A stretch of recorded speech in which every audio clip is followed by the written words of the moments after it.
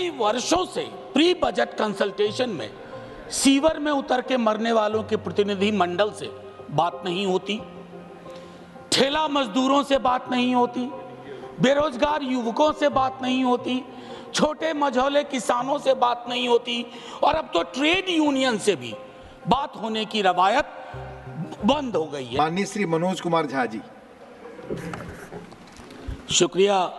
शुक्रिया सभापति महोदय। कौन सुनेगा मेरी चाक दामनी का अफसाना, यहाँ सब लोग अपने अपने पैरहन की बात करते हैं। माननीय उपसभापति महोदय, माननीय इधर का इशारा किया, प्लीज। माननीय उपसभापति महोदय, मैं बजट पर आने से पूर्व प्री बजट कंसल्टेशन पर 30 सेकंड बोलूंगा। प्री बजट कंसल्टेशन होता है माननीय उपसभापति महोदय, मैंने उद्योगपतियों के साथ मीटिंग देखी, कॉरपोरेट हाउसेस के साथ मीटिंग देखी, और मैं आज की ही बात नहीं कर रहा हूं।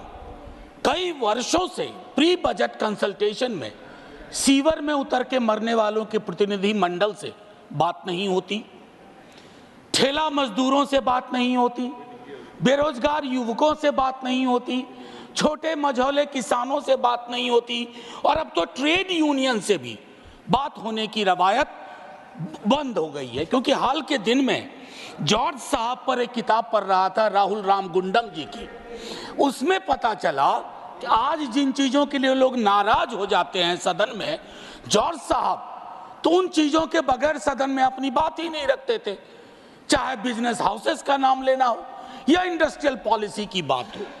मैं ये क्यों कह रहा हूं कि ये मैडम का 7वां बजट है, उनको बहुत बधाइयां मिली। सर 7 साल पुराना तो नहीं हूं, 6ठी बार मैं माननीय वित्त मंत्री जी के समक्ष आर्टिकल 39 क्लॉज सी, और मैं चाहता हूं सब लोग पढ़ें कि हमारा बजट हमारे प्रियम्बल में है, डिग्निटी, जस्टिस, इक्वालिटी, हमारा बजट उसको कितना रिफ्लेक्ट करता है। आर्टिकल 39 सी जो कंसंट्रेशन ऑफ वेल्थ की बात करता है माननीय उपसभापति महोदय, कि राज्य की कोशिश होनी चाहिए कि इनकम इनइक्वालिटी इस रूप में ना बढ़े। मैं नहीं बताना चाहता कि 90% संसाधन किसके कब्जे में है। माननीय सभापति महोदय, आय की इतनी बड़ी असमानता,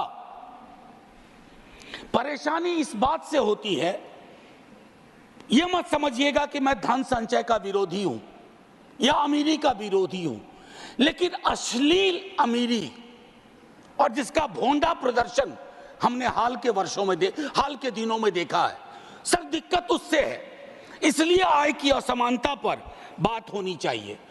माननीय सभापति महोदय, मेरे साथी हमारी पार्टी से बोल चुके हैं, मैं मनरेगा पर 1-2 बात कहना चाहता हूं। अपने स्थापना से लेकर के आज तक पहली बार मनरेगा का उस रूप में जिक्र नहीं हुआ जैसा होता है रहा है। 86,000 करोड़ दिए गए। सर अभी मेरे पास पूरे आंकड़े हैं। 86,000 करोड़ जो कि इंतरिम बजट के बराबर हैं। आपका एक्चुअल एक्सपेंडिचर 1,05,000 करोड़ था, 20,000 का गैप है, और ये मैं इसके आधार पर कह रहा हूं, मैं आंकड़े कर नहीं रहा हूं। मैं दूसरी बात कहना चाहता हूं, इससे क्या होगा? मजदूरी के भुगतान में देरी होगी, सप्रेशन ऑफ डिमांड होगा और क्वालिटी एसेट्स का निर्माण नहीं होगा।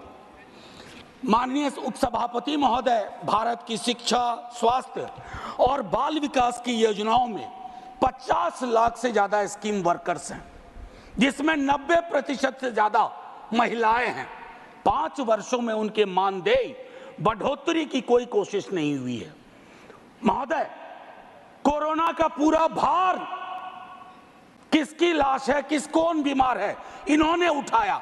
आपने इसकी मानदेय, चाहे आशा, ममता, आंगनवाड़ी, रसोईया आदि, कृषि को लेकर के एक बड़ी आबादी है, 65-70% अभी भी निर्भर है।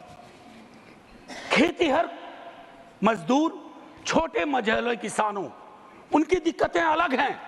माननीय उपसभापति महोदय, कृषि के आउटपुट का आंकड़ा भी सवालों के घेरे में है, लेकिन सवाल लेंगे नहीं legal guarantee to MSP, what stops you?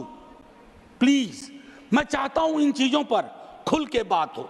Sir 24 के मैंडेट की एक खास बात है, मैं पहले कह चुका हूं, दोनों पक्षों के लिए एक संदेश, हमारे लिए संदेश है what you have done is not enough, और उनके लिए संदेश है एक्नॉलेज करो दिक्कत कहां है।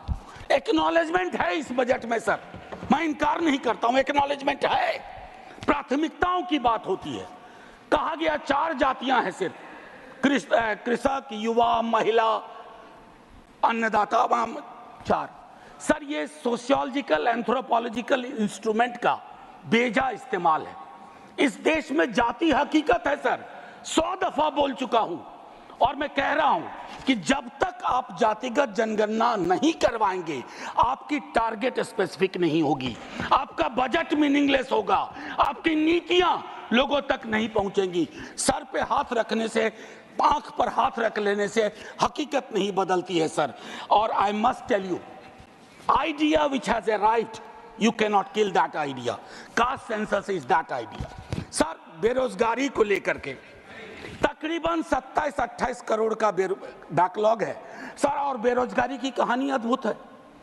एक बड़ी आबादी है जो डिस्गाइज्ड अनएम्प्लॉयमेंट में है, कुछ अंडर एम्प्लॉयमेंट में है, अंडर एम्प्लॉयमेंट, कुछ उस बस 1-1.5 मिनट और लूंगा, कुछ उस सीमा को पार कर चुके हैं। आप 80 लाख की बात इस बजट में करते हैं। आपको प्रतिवर्ष 5-6 करोड़ रोजगार और नौकरी की व्यवस्था करनी होगी, तभी जाकर के ये जो डेमोक्रेटिक डिविडेंड है जो आप लोग कहते हैं, उसको आप एड्रेस कर पाएंगे। एमएसएमई सेक्टर सर, खास करके उसमें जो माइक्रो और स्मॉल है, आपने उसकी रीढ़ तोड़ दी है, चाहे डिमोनेटाइजेशन हो, जीएसटी हो, और रीढ़ तोड़ने के बाद सर सर्जरी चाहिए, बैंडेड नहीं लगाना पड़ता है, आप बैंडेड लगा रहे हैं। अप्रेंटिसशिप, इंटर्नशिप, एक ही बात कहूंगा सर, खत्म ही कर रहा हूं, 5,000 रुपया आप दे रहे हैं। एक तो कहते हैं विल नज द कॉर्पोरेट हाउस, मैंने नज का हिंदी अनुवाद देखा, कोहनी से धक्का मारना होता है। अब आप कॉर्पोरेट हाउस को कोहनी से धक्का मार के कह रहे हो कि रख लो 5,000, 30 दिन से सर, बस 1 मिनट और 30 दिन से डिवाइड करिए, 166 रुपये 66 पैसे, ये तो न्यूनतम मजदूरी भी नहीं है। और आखिरी सर, जय हिंद बोलने से पहले बिहार को लेकर बड़ी बात हुई सर, हम तो मुफ्त में बदनाम हो रहे हैं। 2015 का प्रधानमंत्री जी का आरा वीर कुंवर सिंह की धरती का भाषण सुनिए, फिर टॉर्च लेकर के या लालटेन लेकर के स्किल यूनिवर्सिटी ढूंढिए, केंद्रीय विश्वविद्यालय भागलपुर में ढूंढिए। हम तो सिर्फ इतना कहना चाहते हैं,